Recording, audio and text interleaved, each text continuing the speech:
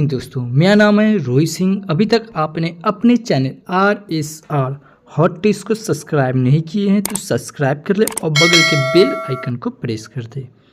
आज की वीडियो में हम लोग देखेंगे ज्ञान बिंदु GS एकेडमी, जिनके डायरेक्टर है रोशन आनंद सर, जिसमें बायोलॉजी पढ़ाया गया है बिट्टू झा सर के द्वारा। जिसमें से आज हम लोग देखेंगे बायोलॉजी चैप्टर का फुल नोट डिटेल्स। ये भी देखेंगे हम लोग, सब्जेक्टिव देखेंगे। क्या देखेंगे?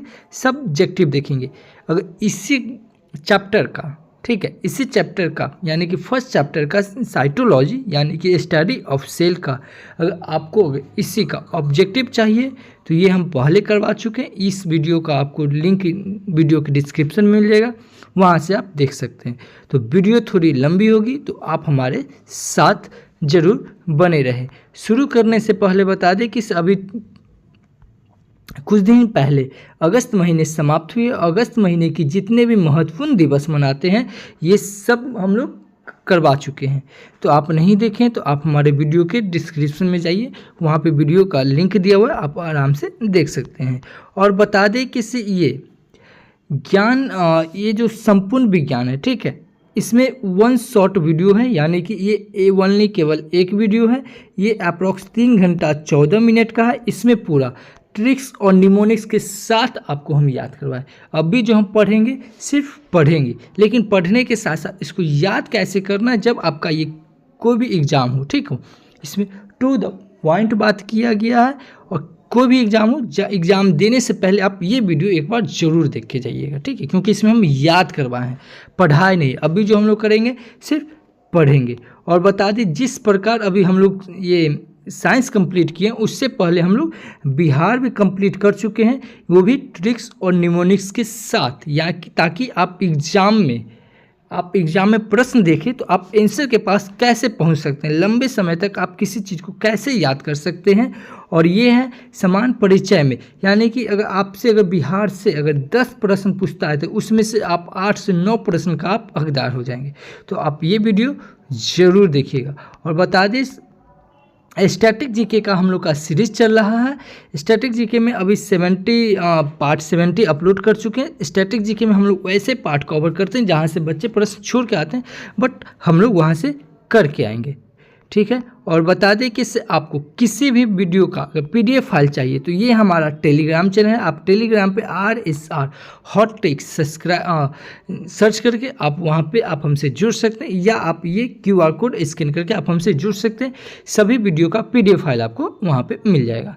चलिए तो फिर हम लोग शुरू करते हैं बिना समय गवाए हुए। हम बार बार कहते हैं आप हमारे वीडियो में लास्ट तक ज़रूर बने रहिएगा, ठीक है। चलिए फिर हम लोग देखते हैं, अब शांति से अब हम लोग अपना काम करेंगे।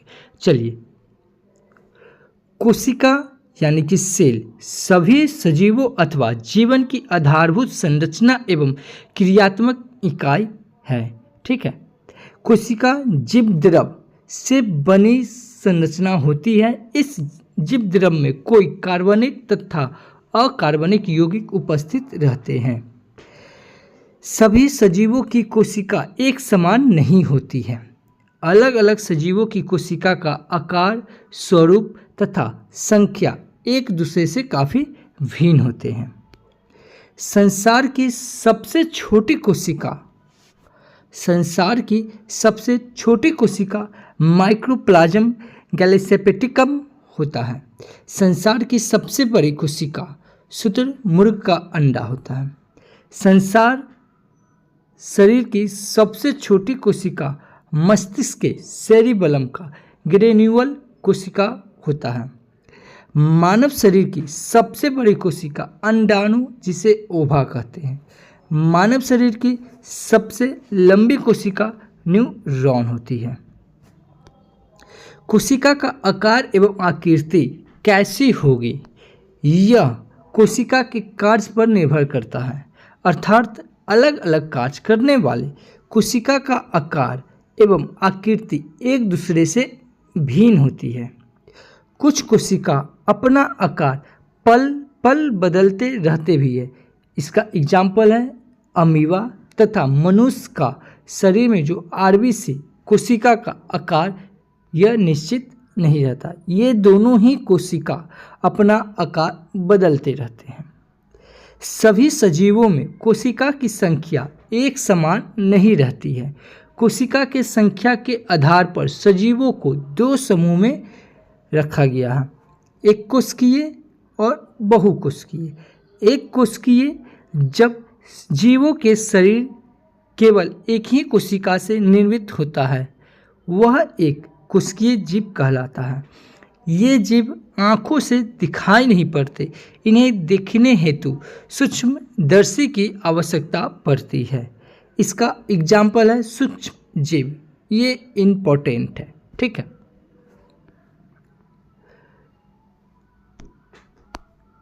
बहुकोशिकीय, इन जीवों का शरीर उनके कोशिका से मिलकर बना होता है। इन जीवों का शरीर अनेक कोशिका से मिलकर बना रहता है। उदाहरण के लिए सभी दिखने वाले सजीव। विभिन्न सजीवों में कोशिका की संख्या कितनी होगी, यह सजीवों की शरीर के आकार पर निर्भर करता है। शरीर का आकार जितना बड़ा होगा, उसमें कोशिका की संख्या उतनी ही अधिक होगी। कोशिका का विकास क्रम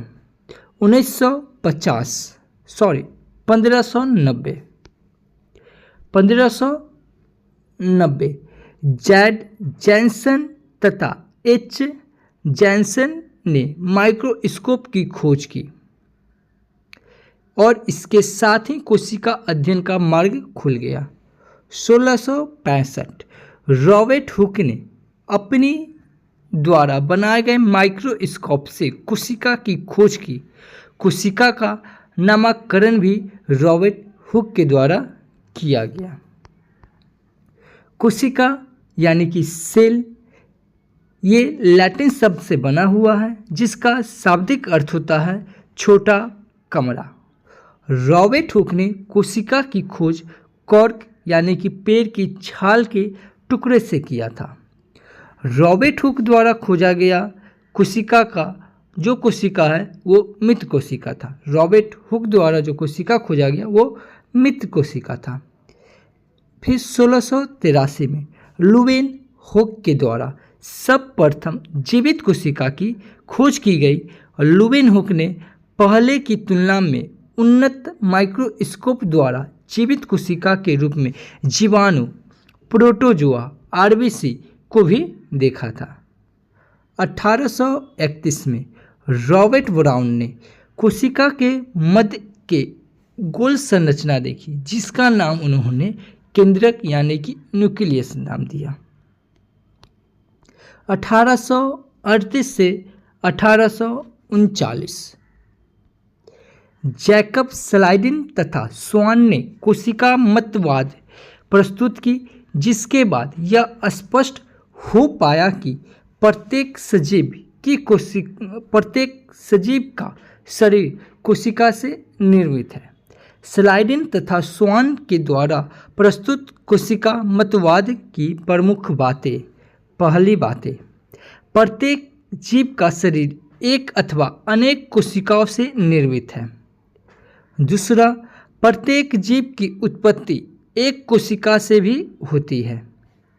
तीसरा, प्रत्येक कोशिका अपने आप में एक स्वाधीन इकाई है, परंतु सब कोशिका मिलकर काम करते हैं, परिणाम स्वरूप एक जीव का निर्माण होता है। चौथा, कोशिका की उत्पत्ति जिस भी प्रक्रिया से हो उसमें कोशिका का केंद्रक मुख्य भूमिका अदा करता है। अब है 1839। 1839 पुरकिंजे ने कोशिका में पाए जाने वाले अर्धतलर एवं दानेदार पदार्थ को जीवद्रव यानी कि प्रोटोप्लाज्म नाम दिया। 1846 पुरकिंजे के बाद वन मॉल ने कोशिका में पाए जाने वाले जीवद्रव की खोज की। 1855 में रुडॉल्फ विर्चॉव ने यह पता लगाया कि नए कोशिका का निर्माण पहले मौजूद कोशिका के विभाजन के फलस्वरूप होता है। 1861 मैक्स शुल्ज ने कोशिका को जीव द्रव प्रोटोप्लाज्म का एक पिंड बताया। उन्होंने उनका यह मत प्रोटोप्लाज्म थ्योरी कहलाया। 1831 एम नॉल तथा ई रस्का ने इलेक्ट्रॉन माइक्रोस्कोप का आविष्कार किया। इसके बाद कोशिका के क्षेत्र में काफ़ी तीव्र गति से अनुसंधान होने लगा। अब देखेंगे हम लोग कोशिका की संरचना। आप लोग वीडियो में लास्ट तक बने रहे, क्योंकि लास्ट में आपसे एक हम प्रश्न पूछेंगे। ठीक है, चलिए आगे देखते हैं कोशिका की संरचना। कोशिका को मुख्य रूप से दो हिस्सों में बांटा जा सकता है। कोशिका झिल्ली। पौधे में कोशिका झिल्ली के अतिरिक्त कोशिका भित्ति और जीव द्रव भी पाए जाते हैं। जीव द्रव को पुनः दो हिस्सों में विभक्त किया जाता है, कोशिका द्रव तथा केंद्रक।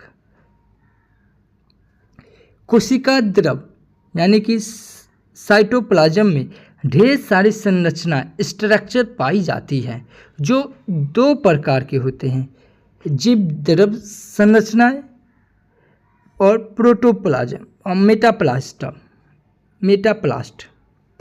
जीव द्रव संरचनाएं, इसके अंतर्गत जीवित रचनाएं आते हैं जिनमें बढ़ने तथा विभाजन करने की क्षमता होती है। ये रचनाएं सेंट्रोसोम और अंतर्द्रव जालिका, राइबोसोम, माइटोकॉन्ड्रिया, लवक, गोल्गी बॉडी और लाइसोसोम, ये सब एक एक करके हम लोग आज पढ़ेंगे। दूसरा होता है मेटाप्लास्ट। ये निर्जीव संरचना है। इनमें न तो बढ़ने की क्षमता होती है और न ही विभाजन करने की। मेटाप्लास्ट के अंतर्गत रसधानी, वसा, कण, प्रोटीन, ग्लाइकोजेन, पित्त आदि सब आते हैं। अब एक एक करके पढ़ेंगे। कोशिका झिल्ली। प्रत्येक कोशिका के चारों ओर बहुत ही पतली, जीवित, मुलायम, लचीली झिल्ली होती है। ये कोशिका झिल्ली कहलाते हैं। यह लगभग 75 एंगस्ट्रम मोटा होता है। कोशिका झिल्ली कोशिका को दूसरी कोशिका तथा बाहरी वातावरण से अलग करती है। कोशिका झिल्ली कोशिका को दूसरी कोशिका तथा बाहरी वातावरण से अलग करता है। कोशिका झिल्ली अर्धपरागमय या चयनात्मक परागमय होती है, क्योंकि इस झिल्ली से होकर कुछ ही पदार्थ कोशिका के अंदर बाहर आ सकते हैं, सभी पदार्थ नहीं। कोशिका झिल्ली लिपिड और प्रोटीन की बनी होती है। इस झिल्ली में दो परत प्रोटीन की तथा इनके बीच एक परत वसा की होती है। कोशिका झिल्ली के संबंध में तरल मोजाइक मॉडल सिंगर तथा निकोलसन ने दिया था। कोशिका झिल्ली के प्रमुख कार्य। कोशिका झिल्ली के प्रमुख कार्य में पहला कार्य आता है, यह कोशिका की निश्चित आकृति देता है तथा कोशिका के भीतरी संरचनाओं को बाहरी आघात से बचाता है। दूसरा, यह कोशिका के अंदर जाने तथा बाहर आने वाले पदार्थ पर नियंत्रण करता है। तीसरा, एक कोशिकीय जीवों में कोशिका झिल्ली द्वारा ही सिलिया, प्लेजिला तथा कूटपाद का निर्माण होता है। चौथा, कोशिका द्वारा होने वाले परासरण तथा विसरण की प्रक्रिया कोशिका झिल्ली द्वारा संपन्न होता है। अब हम लोग पढ़ेंगे कोशिका भित्ति के बारे में। पौधा तथा कवक में कोशिका झिल्ली के बाहर एक और परत होती है, जिसे कोशिका भित्ति कहलाता है। कोशिका भित्ति कोशिका झिल्ली के तरह न तो जीवित झिल्ली है और न ही अर्धपरागमय है। कोशिका भित्ति तीन परतों का बना एक मोटी भित्ति है। पौधे को कोशिका भित्ति सेलुलोज तथा हेमीसेलुलोज की बनी होती है तथा कवक की कोशिका भित्ति काइटिन तथा हेमीसेलुलोज की भी बनी होती है। कोशिका भित्ति के प्रमुख कार्य। यह भित्ति पौधे के कोशिका की रक्षात्मक परत है जो कोशिका को निश्चित आकार, मजबूती तथा सुरक्षा प्रदान करती है। दूसरा है कार्य, यह कोशिका को सूखने से बचाता है एवं विभिन्न कोशिकाओं को जोड़ने का कार्य भी करता है। तीसरा, कोशिका भित्ति एक निर्जीव संरचना है जो परागमय होता है और यह कोशिका झिल्ली को भी सुरक्षा देता है। अब पढ़ेंगे कोशिका द्रव, साइटोप्लाज्म। जीव द्रव का वह भाग जो केंद्रक तथा कोशिका झिल्ली के मध्य होता है उसे ही कोशिका द्रव कहा जाता है। कोशिका द्रव या जीव द्रव रंगहीन, अर्धपरागदर्शक तथा अर्धतर पदार्थ है। यह एक प्रकार का कोलाइड है जिसमें 80% जल होता है। जल के अलावे जीव द्रव कोशिका द्रव में लगभग 30 तत्व पाए जाते हैं जिनमें ऑक्सीजन, कार्बन, हाइड्रोजन, नाइट्रोजन मुख्य है। कोशिका द्रव में कई जीवित तथा कार्य करने वाले संरचनाएं मौजूद रहती है जिसे कोशिका अंगक कहते हैं। अब हम लोग पढ़ेंगे अंतर्द्रव जालिका, एंडोप्लाज्म रेटिकुलम।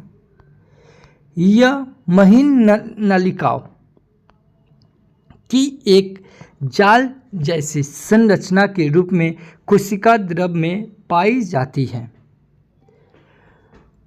दूसरा, यह संरचना कहीं कहीं पर कोशिका झिल्ली से मिली होती है तो कहीं कहीं पर केंद्रक झिल्ली से मिली होती है। यह संरचना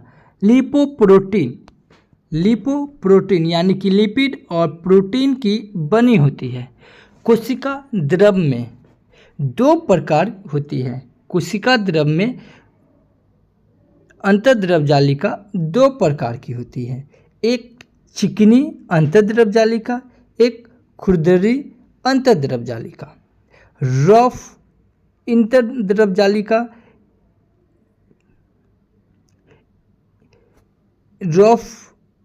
एंडोप्लाज्म रेटिकुलम के झिल्ली पर राइजोसोम के सूक्ष्म कण पाए जाते हैं जबकि स्मूथ एंडोप्लाज्मिक रेटिकुलम पर राइजोसोम उपस्थित नहीं होते हैं।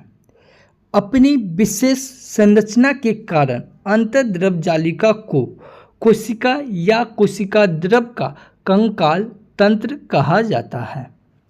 इस संरचना की खोज सर्वप्रथम पोर्टर, क्लाउडेड तथा फुलम ने किया था, जबकि इसका प्रथम बार नामकरण पोर्टर तथा कलमैन के द्वारा किया गया था।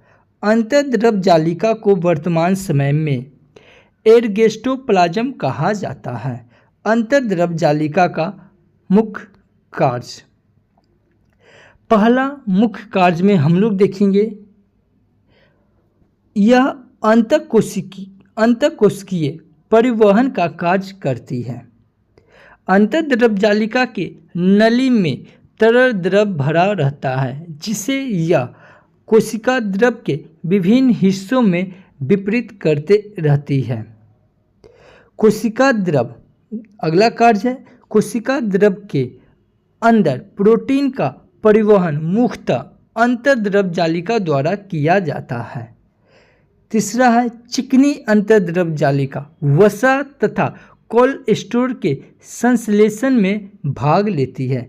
चिकनी अंतर्द्रव जालिका ये वसा तथा कोल्ड स्टोर के संश्लेषण में भाग लेती तथा खुरदुरी अंतर्द्रव जालिका प्रोटीन संश्लेषण में मदद करती है। ये इम्पोर्टेंट है। अंतर्द्रव जालिका उन कोशिकाओं में अधिक पाई जाती है जिनमें प्रोटीन, वसा हार्मोन का संश्लेषण होता है, जैसे मनुष्य के यकृत अग्नाशय के कोशिका में अंतर्द्रव जालिका की संख्या अधिक होती है। अगला कार्य, मानव यकृत में पाई जाने वाली चिकनी अंतर्द्रव जालिका यकृत को विष के प्रभाव को नष्ट करने में मदद करता है। अगला हम लोग पढ़ेंगे राइबोसोम। हम लोग अब राइबोसोम के बारे में पढ़ेंगे। राइबोसोम एक दानेदार संरचना है जो अंतर्द्रव जालिका के ऊपर या अकेले या गुच्छों के रूप में कोशिका द्रव में बिखरे रहते हैं। यह झिल्ली विहीन तथा सबसे छोटा कोशिका अंगक है। कोशिका द्रव में जो राइबोसोम गुच्छों के रूप में पाए जाते हैं उसे पॉलीराइबोसोम या पॉलीसोम कहते हैं। पॉलीसोम में सभी राइबोसोम मैसेंजर आरएनए एमआरएनए के धागे के समान रचना में बंधे रहते हैं। राइबोसोम प्रोटीन तथा आरएनए से मिलकर बना होता है। राइबोसोम प्रोटीन तथा आरएनए से मिलकर बना रहता है। राइबोसोम दो प्रकार के होते हैं। राइबोसोम दो प्रकार के होते हैं, 70S तथा 80S राइबोसोम। 70S राइबोसोम के दो सब यूनिट होते हैं, 70S तथा 50S। ठीक इसी प्रकार 80S राइबोसोम के भी दो यूनिट होते हैं, 40S तथा 60S। राइबोसोम का खोज सर्वप्रथम रॉबिन्स तथा ब्राउन ने पादप कोशिका में किया था। जंतु कोशिका में राइबोसोम की खोज जी पोलेट द्वारा किया गया था। राइबोसोम का नामकरण रॉबर्ट के द्वारा किया गया था। राइबोसोम के प्रमुख कार्य, यह प्रोटीन संश्लेषण का काम करता है। इसके अभाव में कोशिका में प्रोटीन संश्लेषण हो पाना संभव नहीं है। राइबोसोम को कोशिका का प्रोटीन का फैक्ट्री कहा जाता है। राइबोसोम को कोशिका का प्रोटीन का फैक्ट्री कहा जाता है, ध्यान में रखेंगे। अगला हम लोग पढ़ेंगे गोल्जी काय यानी कि गोल्जी बॉडी। कोशिका द्रव में यह मुड़े हुए छड़ के गुच्छे के समान दिखाई पड़ते हैं। पादप कोशिका में गोल्जी काय मुड़े हुए छड़ की रचना बनाकर बिखरे रहते हैं। इसे डिक्टोसोम कहा जाता है। डाल्टन तथा फेलिक्स नामक वैज्ञानिक ने पूरे गोल्जी काय के संरचना को 3 भागों में बांटा। पहला सिस्टर्नी, छोटे ट्यूब्स एवं वेसिकल्स तथा बड़ी रसधानी में। सर्वप्रथम इसकी खोज कैमिलो गोल्जी के द्वारा किया गया था। कैमिलो गोल्जी इटली के न्यूरोलॉजिस्ट डॉक्टर थे। उन्होंने इस संरचना की खोज तंत्रिका कोशिका में की थी। कैमिलो गोल्जी ने इस संरचना का नाम आंतरिक जालिका वत उपकरण रखा था, परंतु बाद के समय में इसका नाम गोल्जी काय यानी कि गोल्जी बॉडी पड़ गया। गोल्जी बॉडी के प्रमुख कार्य देखेंगे। यह अंगक carbohydrate, lipid, protein, nucleic acid जैसे पदार्थ का पैकेजिंग, संग्रह तथा स्रवण करता है। यह कोशिका के मुख्य स्रवंगक अंगक है। यह लाइसोसोम जैसे महत्वपूर्ण कोशिका अंगक के निर्माण में मदद करता है। कोशिका के अंदर ग्लाइकोलिपिड तथा ग्लाइकोप्रोटीन का निर्माण गोल्जी काय में ही होता है। अब पढ़ेंगे हम लोग लाइसोसोम। लाइसोसोम यह कोशिका द्रव की झिल्लीदार थैलिया जैसी संरचना है। इस थैलियों की आकृति हमेशा एक जैसी बनी रहती है। यह बहुरूपता को दर्शाता है। लाइसोसोम पौधे के कोशिका के तुलना में जंतु कोशिका में प्रचुर मात्रा में पाए जाते हैं। लाइसोसोम थैली के अंदर हर प्रकार के हाइड्रोलाइटिक एंजाइम पाए जाते हैं। इन एंजाइमों में इतनी क्षमता है कि यह कोशिका द्रव एवं उसमें उपस्थित सभी जीवित संरचनाओं को नष्ट कर सकता है। लाइसोसोम को आत्महत्या की थैली कहा जाता है। लाइसोसोम का सर्वप्रथम खोज 1958 में डी डवे ने किया था। डी डवे को इस कार्य हेतु 1974 में नोबेल पुरस्कार प्राप्त हुआ था।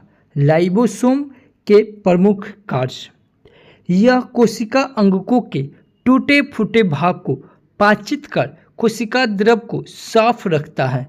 यह आवश्यकता के अनुसार कोशिका को भी नष्ट कर सकता है। यह कोशिका को विषाणु, जीवाणु तथा अन्य सूक्ष्मजीवों के संक्रमण से बचाता है। अब हम लोग आगे पढ़ेंगे माइटोकॉन्ड्रिया। माइटोकॉन्ड्रिया की आकृति बहुत ही ज़्यादा परिवर्तनशील है। जंतु कोशिका का यह सबसे बड़ा कोशिकांग है माइटोकॉन्ड्रिया। माइटोकॉन्ड्रिया दोहरी झिल्ली की बनी होती है। इसके भीतरी झिल्ली में अनेक उंगली जैसी संरचना निकला रहता है, जिसे क्रिस्टी कहते हैं। माइटोकॉन्ड्रिया के आंतरिक झिल्ली से घिरे जगह में मैट्रिक्स भरा रहता है। मैट्रिक्स में राइबोसोम, डीएनए, आरएनए और मैग्नीशियम तथा कैल्शियम आयन तथा कई एंजाइम्स पाए जाते हैं। राइबोसोम में 705 प्रकार के होते हैं। माइटोकॉन्ड्रिया की संख्या पौधे की कोशिका में कम, जंतु में कोशिका में काफ़ी ज़्यादा होती है। यानी कि माइटोकॉन्ड्रिया की जो संख्या है पौधे की कोशिका में कम तथा जंतु की कोशिका में काफ़ी ज़्यादा होती है। माइटोकॉन्ड्रिया का खोज रिचर्ड अल्टमैन ने किया था। माइटोकॉन्ड्रिया का खोज अल्टमैन के द्वारा किया गया था। इसका नाम बायोब्लास्ट रखा। बेडा ने इसका नाम माइटोकॉन्ड्रिया रख दिया। अब देखेंगे हम लोग माइटोकॉन्ड्रिया के प्रमुख कार्य। कोशिकीय श्वसन की प्रक्रिया यही संपन्न होती है तथा श्वसन के दौरान निर्मित एटीपी माइटोकॉन्ड्रिया में जमा रहता है। एटीपी जमा रहने के कारण माइटोकॉन्ड्रिया को कोशिका के ऊर्जा ग्रह कहा जाता है, यानी कि पावर हाउस। माइटोकॉन्ड्रिया को कोशिका का पावर हाउस कहा जाता है। सबसे पहले किंगसबरी ने यह बताया था कि कोशिका श्वसन माइटोकॉन्ड्रिया में रहता है। वारबर्ग ने कोशिका श्वसन के लिए उत्तरदायी एंजाइम की खोज माइटोकॉन्ड्रिया में किया। अब हम लोग पढ़ेंगे लवक, यानी कि प्लास्टिड। लवक केवल पौधे में कोशिका में पाया जाता है। लवक केवल पौधे के कोशिका में पाया जाता है। यह कोशिका में पाए जाने वाले सभी कोशिकांग में बड़ा होता है। लवक में खास वर्णक पिगमेंट पाए जाते हैं। वर्णक के आधार पर लवक 3 प्रकार के होते हैं। हरित लवक, जिसको क्लोरोप्लास्ट कहते हैं, वर्णिक लवक जिसे क्रोमोप्लास्ट कहते हैं, और अवर्णिक लवक जिसे ल्यूकोप्लास्ट कहते हैं। हरित लवक यह महत्वपूर्ण लवक है।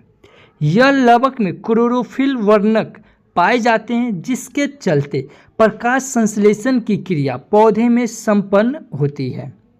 हरित लवक मुख्यतः हरी पत्तियों के मेसोफिल कोशिका में पाया जाता है। सभी कोशिकाओं के हरित लवक प्रकाश सूक्ष्मदर्शी से देखने पर समान नहीं दिखाई पड़ते। एक कोशिका में 1 से लेकर 80 तक हरित लवक हो सकते हैं। जिसकी व्यास 4 से 10 mu तथा मोटाई 3 से 4 mu तक होती है। हरित लवक का जब प्रकाश सूक्ष्मदर्शी अध्ययन हुआ तो इसकी संरचना में कुछ प्रकार निर्धारित हुई। हरित लवक दोहरी चिकनी झिल्ली से घिरी होती है। यह दोहरी झिल्ली परागमय होती है तथा प्रोटीन से बनी होती है। दोहरी झिल्ली से घिरा हुआ तलर युक्त गुहा जिसे कैविटी को स्ट्रोमा कहते हैं। स्ट्रोमा में महीन झिल्लीदार संरचनाएं को स्ट्रोमा लैमिले कहते हैं। स्ट्रोमा लैमिले के बीचों बीच चपटी एवं वृत्ताकार थैली एक समूह में व्यवस्थित रहते हैं जिसे थाइलाक्वाइड कहते हैं। थाइलाक्वाइड प्रोटीन एवं लिपिड का बना रहता है। थाइलाक्वाइड के समूह को गेरुनुमा कहते हैं। क्या कहते हैं? गेरुनुमा कहते हैं। थाइलाक्वाइड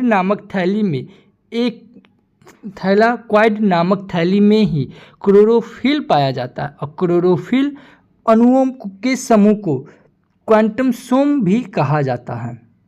हरित लवक प्रकाश संश्लेषण क्रिया के केंद्र और यह सिर्फ प्रकाश संश्लेषी पौधे में ही पाया जाता है। अब हम लोग पढ़ेंगे वर्णिक लवक के बारे में, जिसे हम लोग क्लोरोप्लास्ट कहते हैं। यह इसे रंगीन लवक भी कहा जाता है। पौधे में हरे रंग के अतिरिक्त अन्य सभी रंगों के लिए वर्णिल लवक के उत्तरदायी होते हैं। विभिन्न प्रकार के वर्णिल लवक यानी कि गाजर में जो नारंगी रंग होता है वो कैरोटीन के कारण होता है। हल्दी में पीला रंग ये जेंथोफिल के कारण होता है। पपीते का पीला रंग कैरिका जेनेथिन के कारण होता है। टमाटर का लाल रंग लाइकोपीन के कारण होता है और सेब का लाल रंग ये एंथ्रोसाइनिन के कारण होता है। देखिए, अगर आपको ये याद नहीं है ये सब, तो आप हमारे स्टैटिक जीके वाला पार्ट आप देख सकते हैं, जिसमें हम उसमें ट्रिक्स और निमोनिक्स के साथ उसको याद करवाए हुए हैं। आगे देखेंगे, सभी रंगों के लिए उत्तरदायी वर्णिक लवक वसा में घुलनशील होते हैं तथा मुख्य रूप से फूलों तथा फलों में ही पाए जाते हैं। गौरतलब है कि हरित लवक वर्णिल लवक के रूप में परिवर्तन हो सकते हैं तथा वर्णिक लवक हरित लवक में 3 प्रकार के लवक आपस में परिवर्तित होते हैं। ठीक है, अब आगे हम लोग पढ़ेंगे वर्णिक लवक यानी कि जिसे हम लोग ल्यूकोप्लास्ट कहते हैं। यह लवक पौधे के उन भागों के कोशिका में पाए जाते हैं जो सूर्य के प्रकाश से वंचित रहते हैं। जल जैसे जड़ हो गया, भूमिगत तना, ठीक है, जैसे तना के रूप में आलू और प्याज भी ये क्या है? तना है, में यह लवक मुख्य रूप से पाए जाते हैं।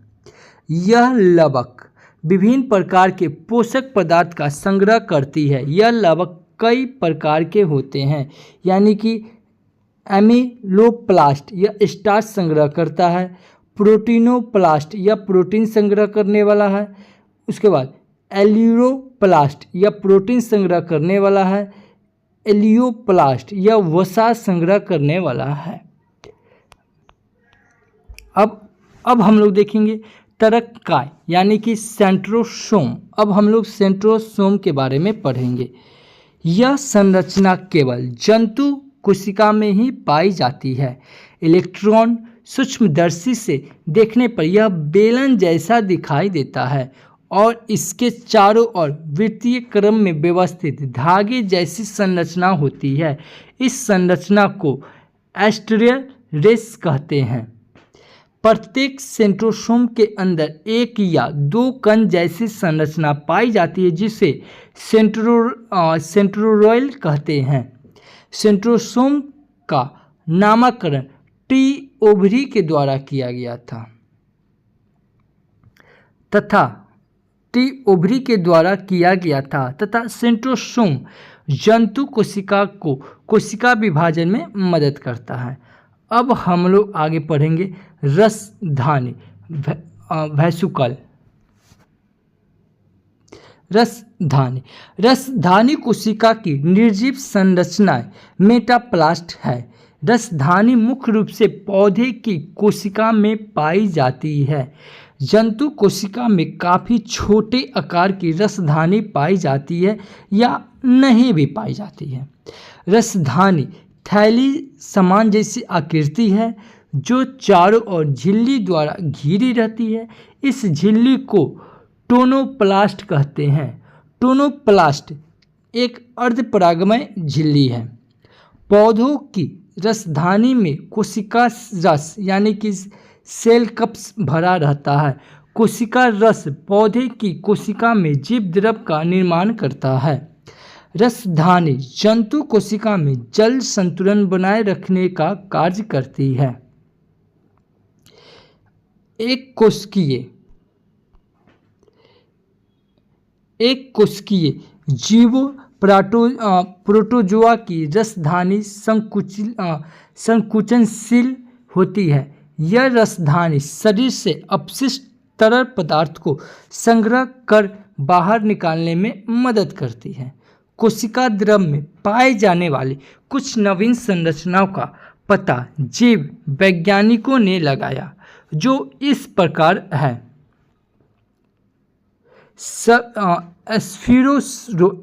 एस्फिरोसोम्स इस पौधे की कोशिका का लाइसोसोम कहा जाता है। यह वसा का संश्लेषण तथा संग्रह कार्य करता है। कोशिकीय पंजर यह प्रोटीन का बना सूक्ष्म तंतु जाल है जो पूरे कोशिका द्रव में फैला रहता है। यह एक रचनात्मक ढांचा बनाकर कोशिका की आकृति बनाए रखता है।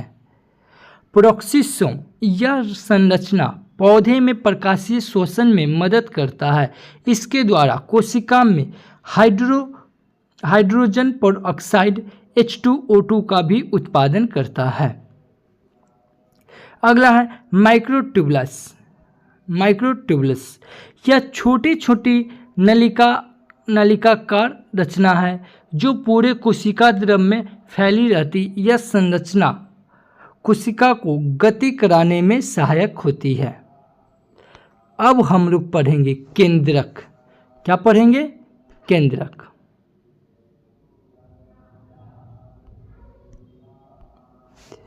केंद्रक को न्यूक्लियस कहते हैं। यह सभी जीवित कोशिका के अंदर कोशिका द्रव के मध्य में गोलाकार तथा अंडाकार आकृति होती है जिसे केंद्रक कहते हैं। केंद्रक गोलाकार या अंडाकार आकृति के अलावा विक यानी कि किरनी आकृति जैसे घोड़ा के पैर की आकृति जैसा भी हो सकता है। कुछ जीवित कोशिका में केंद्रक नहीं पाए जाते हैं। कुछ कोशिका में 2 केंद्रक भी पाए जाते हैं जबकि कुछ ऐसा भी कोशिका है जिनमें कई केंद्रक पाए जाते हैं। सभी जीवित कोशिका को केंद्रक एक समान नहीं रहता है। सभी जीवित कोशिका का केंद्रक एक समान नहीं रहता है। केंद्रक की आकृति कोशिका की क्रिया कार्य पर निर्भर करता है। एक केंद्रक का रचना निम्नलिखित पाए गए हैं। पहला है केंद्रक झिल्ली। यह दोहरी परत की बनी रहती है जो केंद्रक के चारों ओर रहता है। दोहरी परत वाली झिल्ली के बीच के संग्रह को पेनिकुलर स्पेस कहते हैं। केंद्रक झिल्ली की बाहरी परत अंतर्द्रव जालिका में जबकि भीतरी परत क्रोमैटिन नेटवर्क से जुड़ा रहता है। केंद्रक झिल्ली में कई छिद्र होते हैं जिन छिद्रों में कोशिका द्रव तथा केंद्रक द्रव के बीच पोषक पदार्थ का आदान प्रदान होता है। दूसरा है केंद्रक द्रव। केंद्रक द्रव केंद्रक के भीतर पाए जाने वाले जीव द्रव को ही केंद्रक द्रव कहते हैं।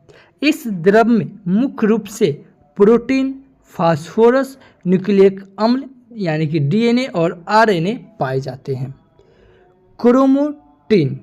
क्रोमोटिन जाल केंद्रक द्रव में महीन धागों का बना जाल क्रोमोटिन जालिका कहलाता है। यह जालिका कोशिका विभाजन के समय काफ़ी स्पष्ट रूप से दिखाई पड़ते हैं। क्रोमोटिन जालिका हिस्टोप्रोटीन। क्रोमोटिन जालिका histone protein, non histone protein, DNA तथा आरएनए से मिलकर बना होता है। केंद्रक द्रव में क्रोमोटिन जालिका दो तरह के होते हैं। एक जालिका बिखरा हुआ रहता है जिसे यूक्रोमोटिन कहते हैं, तथा एक जालिका बहुत ही सघनन और सख्त रहता है जिसे हेट्रोक्रोमोटिन कहते हैं। यूक्रोमैटिन सक्रिय रहते हैं जबकि हेट्रोक्रोमोटिन निष्क्रिय रहते हैं। कोशिका विभाजन के समय क्रोमोटिन जालिका एक नई छड़ जैसी संरचना में बदल जाती है। इसे गुणसूत्र यानी कि सेंट्रोसोम कहा जाता है। केंद्रिका यानी कि न्यूक्लियस। केंद्रक द्रव में एक छोटी गोलाकार संरचना होती है जिसे केंद्रिका कहते हैं। इसकी खोज फोंटाना के द्वारा की गई थी।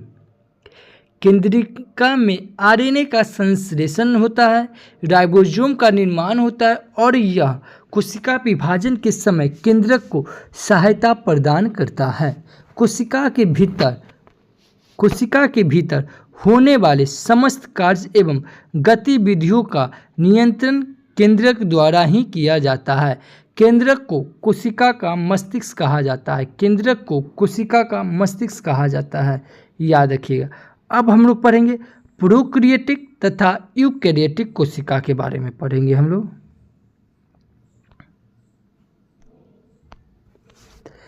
लोग प्रोकैरियोटिक तथा यूकैरियोटिक कोशिका के बारे में पढ़ेंगे।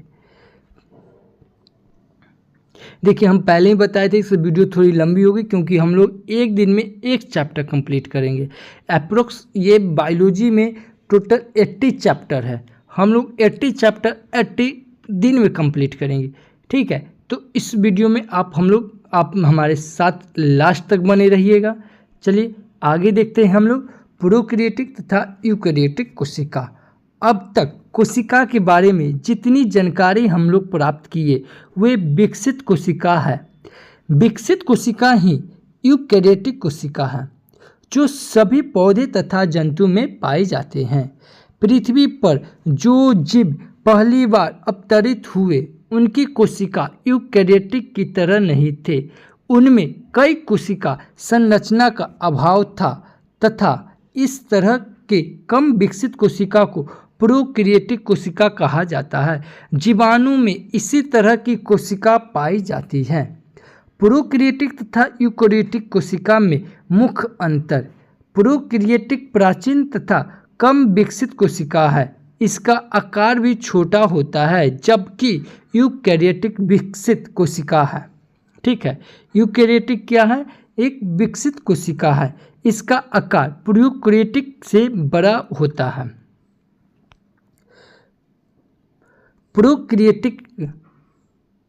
प्रोकैरियोटिक में वास्तव केंद्रक नहीं पाए जाते हैं। ठीक है, प्रोकैरियोटिक में वास्तव में केंद्रक नहीं पाए जाते, जबकि यूकैरियोटिक वास्तविक केंद्रक युक्त कोशिका है। प्रोकैरियोटिक में क्लोरोप्लास्ट, गोल्गी काय, माइटोकॉन्ड्रिया, अंतर्द्रव जालिका का अभाव रहता है, जबकि यूकैरियोटिक में ये सभी संरचनाएं मौजूद रहती हैं। प्रोकैरियोटिक में केवल एक गुणसूत्र रहते हैं, इसके डीएनए में हिस्टोन प्रोटीन नहीं होते हैं, जबकि यूकैरियोटिक में एक से अधिक क्रोमोसोम गुणसूत्र पाए जाते हैं और इसका डीएनए हिस्टोन प्रोटीन युक्त होते हैं। आगे देखेंगे, प्रोकैरियोटिक में 70S राइबोसोम पाए जाते हैं, जबकि यूकैरियोटिक में 80S राइबोसोम पाए जाते हैं। प्रोकैरियोटिक में केंद्रिका नहीं होते हैं, जबकि यूकैरियोटिक में यह उपस्थित रहता है। अगला है, प्रोकैरियोटिक में कोशिका भित्ति होती है परंतु वह सेलुलोज की नहीं बनी रहती है। प्रोकैरियोटिक में कोशिका भित्ति होती है परंतु वो सेलुलोज की नहीं बनी होती है, जबकि यूकैरियोटिक की कोशिका भित्ति भी सेलुलोज की बनी रहती है। ठीक है, अब हम लोग देखेंगे प्लांट और एनिमल की कोशिका देखेंगे। आज हम लोग एक चैप्टर कोशिका पूरा का पूरा कंप्लीट करेंगे, बस आप लोग अंत तक वीडियो जरूर देखिएगा। चलिए आगे देखते हैं। पादप तथा जंतु दोनों की कोशिका प्रोकैरियोटिक है और लगभग इन दोनों की कोशिका भी समान है। ठीक है, आगे देखेंगे। कुछ कोशिकीय संरचनाओं के दृष्टिकोण से पादप तथा जंतुओं में अंतर होते हैं। पादप तथा जंतु कोशिका में पाए जाने वाले मुख्य अंतर। पादप कोशिका में कोशिका भित्ति पाई जाती है। पादप कोशिका में कोशिका भित्ति पाई जाती है। इसके कोशिका के बाहरी परत कोशिका भित्ति होती है। जंतु कोशिका में कोशिका भित्ति का अभाव होता है। जंतु कोशिका में कोशिका भित्ति का अभाव होता है। जंतु कोशिका के बाहरी परत कोशिका झिल्ली की बनी रहती है। ठीक है, आगे देखेंगे। पादप कोशिका का आकार। पादप कोशिका का आकार जंतु कोशिका की तुलना में थोड़ा बहुत होता है। पादप कोशिका में वृद्धि कोशिका के आकार बढ़ने से होता है, जबकि जंतु कोशिका में वृद्धि कोशिका की संख्या बढ़ने से होता है। कठोर कोशिका भित्ति होने के कारण पादप कोशिका नियमित आकार का होता है, जबकि जंतु कोशिका की आकृति अनियमित रहती है। पादप कोशिका में लवक पाए जाते हैं, जबकि जंतु कोशिका में लवक नहीं पाए जाते हैं। पादप कोशिका में सेंट्रोसोम का अभाव रहता है, जबकि जंतु कोशिका में सेंट्रोसोम पाया जाता है। पादप कोशिका की रसधानी काफ़ी बड़ी होती है, जबकि जंतु कोशिका की रसधानी काफ़ी छोटी होती है। पादप कोशिका में ऊर्जा भोजन का संग्रह स्टार्च के रूप में होता है, जबकि जंतु कोशिका में ऊर्जा का संग्रह ग्लाइकोजन के रूप में होता है। यही ग्लाइकोजन है जो हम लोग भूखे रहते हैं तो यही कोशिका काम करती है। आगे देखेंगे। पादप कोशिका में सिलिया जैसे परचरण अंगक का निर्माण होता है। सिलिया केवल जंतु कोशिका में ही पाया जाता है। अब हम लोग विसरण और परासरण के बारे में देखेंगे। पोषक पदार्थ का सजीवों के प्रत्येक कोशिका में पहुंचाना तथा कोशिका में अनुपयोगी या हानिकारक पदार्थ को बाहर निकालना अत्यंत आवश्यक है। इस कार्य हेतु सजीवों में परिवहन तंत्र बने होते हैं। पदार्थों के परिवहन में विसरण तथा परासरण की भूमिका काफ़ी महत्वपूर्ण होती है। विसरण तथा परासरण के द्वारा बिना ऊर्जा खर्च किए परिवहन का कार्य संपन्न होती है। अब देखेंगे हम लोग विसरण। द्रव, गैस तथा विलय के अणुओं का अनेक अधिक सांद्रता वाले क्षेत्र से कम सांद्रता वाले क्षेत्र की ओर गति विसरण कहलाता है। विसरण की यह क्रिया जब तक होती रहती है जब तक पदार्थ के अणु प्राप्त स्थान में समान रूप से नहीं फैल जाए। विसरण करने वाले प्रत्येक अणु उन सभी दिशाओं में अनियमित रूप से फैले रहते हैं जहां उस अणु की सांद्रता कम होती है। प्रत्येक पदार्थ का विसरण उसी तंत्र यानी कि सिस्टम में होने वाले अन्य पदार्थ का विसरण पर निर्भर नहीं करता, अर्थात एक पदार्थ का विसरण दूसरे पदार्थ से स्वतंत्र होता है। विसरण का एग्जाम्पल, विसरण का उदाहरण देखेंगे। पहला देखेंगे, विसरण द्वारा गैसों O2 तथा CO2 का आदान प्रदान कोशिका तथा बाहरी वातावरण के बीच होता है। दूसरा देखेंगे, पौधे में वाष्पोत्सर्जन में विसरण द्वारा जल वाष्प बाहर निकलते हैं। तीसरा देखेंगे, विभिन्न पोषक पदार्थ को बाहरी वातावरण में कोशिका विसरण द्वारा ही ग्रहण करता है। चौथा देखेंगे, इत्र की शीशी कमरे में खोलने पर इसकी सुगंध विसरण द्वारा ही पूरे कमरे में फैलती है। अगला देखेंगे, स्वच्छ जल से भरे बर्तन में इंक डालने पर इंक जल के संपूर्ण भागों में समान रूप से फैल जाता है। यह विसरण के द्वारा ही होता है। विसरण की क्रिया धीमी गति से होती है तथा इसके लिए कोशिका का जीवित होना जरूरी है। विसरण द्वारा स्थानांतरण एक कोशिका से दूसरी कोशिका में या कम दूरी तक होता है। विसरण की दर पदार्थों के आकार पर निर्भर करता है। छोटे आकार के पदार्थ का विसरण तेज गति से होता है, बड़े आकार की धीमी गति से होता है। अब हम लोग परासरण के बारे में पढ़ेंगे। परासरण की प्रक्रिया में जल विलायक के अणुओं अर्धपरागम झिल्ली के द्वारा जल के अधिक सांद्रता वाले क्षेत्र से जल के कम सांद्रता वाले क्षेत्र की ओर गमन करती है। परासरण की प्रक्रिया बिना अर्धपरागमय झिल्ली के संभव नहीं है। ठीक है, आगे देखेंगे, परासरण द्वारा जल अर्धपरागमय झिल्ली से होकर तब तक गमन करते रहता है जब तक अर्धपरागमय झिल्ली के दोनों तरफ जल की मात्रा संतुलित न हो जाए। परासरणी दाब विलयन उत्पन्न वह दाब है जो अर्धपरागमय झिल्ली से होने वाले जल या विलायक के गमन को रोक देता है। परासरण दाब विलयन के उपस्थित विलय के अणुओं का सीधा समानुपाती होता है। अब देखेंगे परासरण का एग्जाम्पल, परासरण का उदाहरण।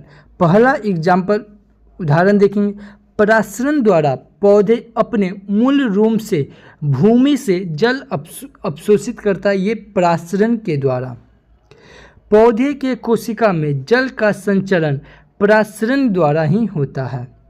परासरण द्वारा पौधे के विभिन्न अंग स्फीत रहते हैं जिससे वह अंग अपना कार्य काफ़ी अच्छी तरह से कर सकते हैं। पौधे के पत्तियां में पौधे के विभिन्न भाग में खाद्य पदार्थ का वितरण परासरण के द्वारा ही होता है। पत्तियों में पाए जाने वाले रंध्र के खुलने तथा बंद होने में परासरण की मुख्य भूमिका होती है। अब हम लोग देखेंगे परासरण की कोशिका के साथ संबंध। प्रत्येक कोशिका में कोशिका द्रव होता है, ठीक है, जिसकी अपनी एक निश्चित परासरणी दाब होता है। कोशिका में पाए जाने वाले विलयन कोशिका द्रव की तुलना 3 प्रकार के विलयनों से करने पर जो परिणाम निकल के सामने आता है वह इस प्रकार है। पहला है समपरासरी विलयन। ऐसे विलयन जिसकी सांद्रता तथा परासरण दाब कोशिका रस की सांद्रता और दाब के समान होती है उसे समपरासरी दाब कहते हैं। समपरासरी विलयन में कोशिका को रखने पर जल का कोई आदान प्रदान नहीं होता है। फलस्वरूप कोशिका के आकार तथा वजन में कोई परिवर्तन नहीं होता है। दूसरा है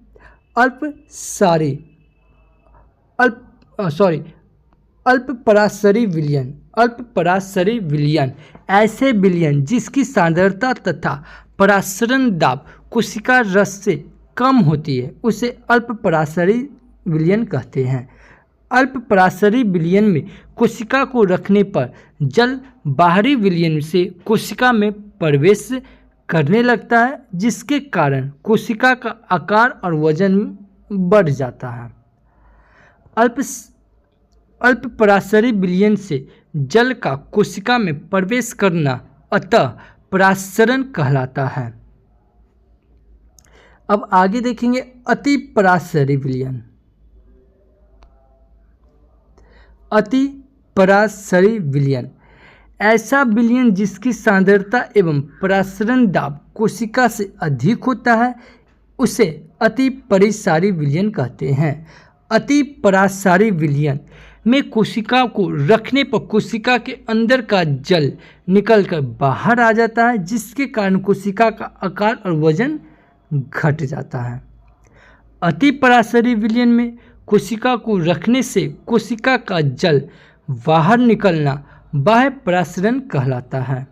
बाह्य परासरण के कारण कोशिका का जीव द्रव सिकुड़ने लगता है और कुछ समय बाद जीव द्रव संकुचित होकर कोशिका के एक कोने में कोशिका झिल्ली द्वारा घिरी हुई नजर आती है। इस प्रक्रिया को जीव द्रव संकुचन कहते हैं। कुछ अन्य महत्वपूर्ण पद। अंतःशोषण। अंतःशोषण अंतःशोषण एक विशेष प्रकार का विसरण है जिसमें गोंद, स्टार्च, जिलेटिन, लकड़ी, सूखे बीज जल अधिशोषित कर फूल जाते हैं। ये अधिशोषण है। सक्रिय परिवहन जब पदार्थ के स्थानांतरण में ऊर्जा खर्च होता है, इस परिवहन को सक्रिय परिवहन कहते हैं। निष्क्रिय परिवहन। निष्क्रिय परिवहन जब पदार्थ को परिवहन बिना ऊर्जा खर्च किए होता है तो इस निष्क्रिय परिवहन कहते हैं। एंडोसाइटोसिस एक कोशिकीय जीव अमीबा की कोशिका झिल्ली का लचीलापन कोशिका को इस योग बना देता है कि वह बाहरी वातावरण से भोजन को ग्रहण कर सकता है। कोशिका झिल्ली द्वारा संपन्न इसी कार्य को एंडोसाइटोसिस कहते हैं। जीव द्रव संकुचन। जीव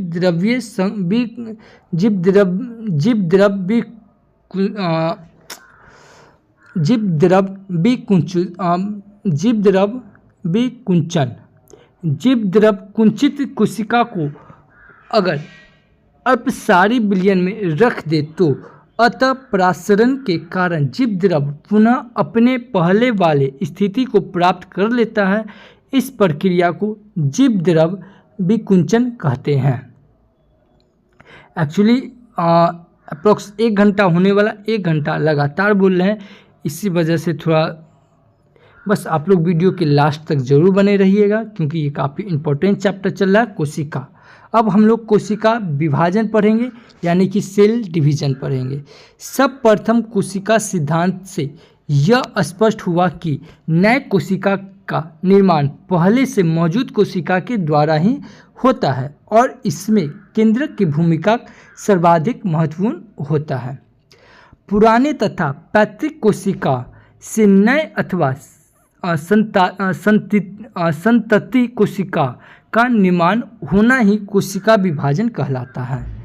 जीवन की निरंतरता कोशिका विभाजन पर निर्भर करता है क्योंकि कोशिका विभाजन के द्वारा ही नए कोशिका बनता है, पुनः कोशिका का समूह बनता है, अतः जीव का निर्माण होता है। कोशिका विभाजन 3 प्रकार से होता है।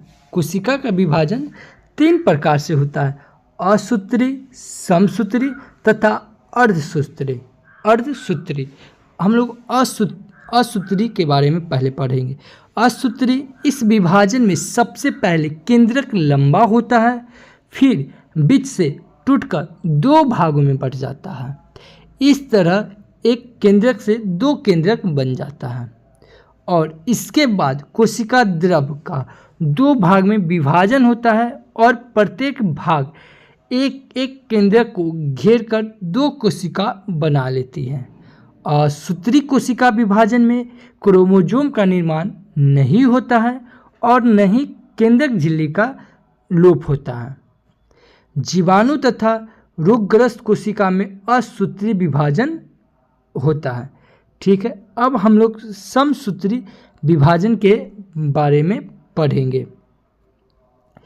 इस कोशिका विभाजन की खोज वाल्ट फ्लेमिंग ने किया था। यह कोशिका विभाजन जंतु तथा पौधे के कायिक कोशिका में होता है। समसूत्री कोशिका के विभाजन दो अवस्था होता है, एक होता है कैरियोकिनेसिस और दूसरा होता है साइटोकिनेसिस।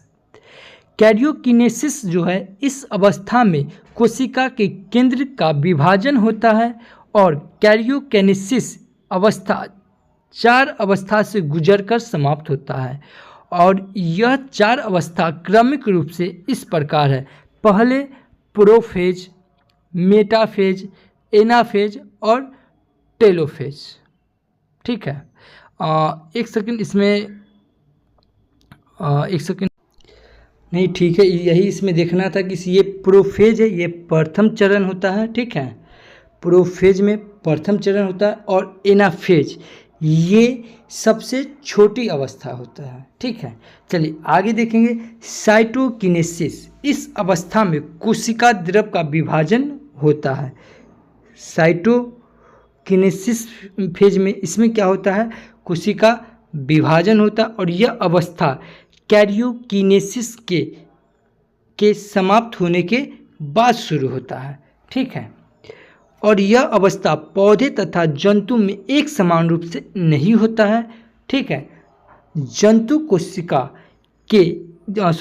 कोशिका में टेलीफेज अवस्था के बाद कोशिका द्रव बीचों बीच अंदर धंसकर 2 भागों में बट जाता है। पादप के कोशिका द्रव अंदर की ओर धंसकर विभाजित नहीं होती है। पादप के कोशिका द्रव के मध्य एक कोशिकीय पट्टी का निर्माण होता है। इसके बाद सेल प्लेट के दोनों ओर सेलुलोज की दीवार बन जाती है और अतः कोशिका द्रव 2 हिस्सों में विभाजित हो जाती है। ठीक है, आगे देखेंगे। इस तरह कैरियोकिनेसिस तथा साइटोकिनेसिस अवस्था के बाद एक कोशिकीय से 2 कोशिका बनते हैं और प्रत्येक में क्रोमोसोम की संख्या बराबर होती है। नए बने कोशिका में क्रोमोसोम की संख्या उतनी ही होती है जितनी जनक कोशिका में होती है। जीवों में पुनरुद्भवन तथा घावों का भराव इसी कोशिका का विभाजन के फलस्वरूप होता है। अब हम लोग देखेंगे अर्धसूत्री विभाजन। क्या देखेंगे? अर्धसूत्री विभाजन देखेंगे। ठीक है, यह विभाजन जनन कोशिका के परिपक्व हो जाने पर होता है। ठीक है, यह विभाजन जनन कोशिका में होता है जिसके फलस्वरूप अंगुनित युग्मक जैसे शुक्राणु, अंडाणु कोशिका बनते हैं जो जनन की प्रक्रिया में होने वाले निषेचन में भाग लेते हैं। अर्धसूत्री विभाजन 2 चरण में संपन्न होता है। पहला चरण रेडुकेशन डिवीजन या मियोसिस फर्स्ट कहा जाता है। दूसरा चरण को होमोटाइपिक डिवीजन या मेयोसिस द्वितीय कहा जाता है। ठीक है, अर्धसूत्री विभाजन का रेडुएक्शन डिवीजन या प्रथम विभाजन निम्न अवस्था से होकर गुजरता है। फेज 1 यह सबसे बड़ी और सबसे लंबी होती है। ठीक है, उसके बाद है मेटाफेज 1, उसके बाद एनाफेज 1, उसके बाद टेलोफेज 1। ठीक है, उसके बाद अर्धसूत्री विभाजन के रेडुएक्शन डिवीजन प्रथम चरण के प्रोफेज 1 अवस्था निम्नलिखित चरणों में पूर्ण होती है। ठीक है, पूर्ण होती है जिसे लेप्टोन, जाइगोटोन और ये क्या है पेस्टेन और पिप्लोटेन और डिक्निटेस रेडुएक्शन डिवीजन समाप्त होने पर कोशिका द्रव विभाजित होकर दो अनुजात कोशिका बनता है। दो कोशिका में गुणसूत्र की संख्या समान होती परंतु अगुणित हाइपोलॉइड होती है। मियोसिस द्वितीय में अवस्था मिटोसिस डिवीजन के तरह ही संपन्न होती है और इस द्वितीय चरण में निम्नलिखित अवस्था होती है: प्रोफेस द्वितीय, मेटाफेस द्वितीय और एनाफेस द्वितीय और टेलोफेस द्वितीय। मियोसिस द्वितीय संपन्न होने पर ही नए दो कोशिका विभाजन बनती है। इसमें गुणसूत्र की संख्या समान परंतु अगुणित होती है। मियोसिस डिवीजन के दोनों चरण समाप्त होने पर एक कोशिका में 4 कोशिका का निर्माण होता है।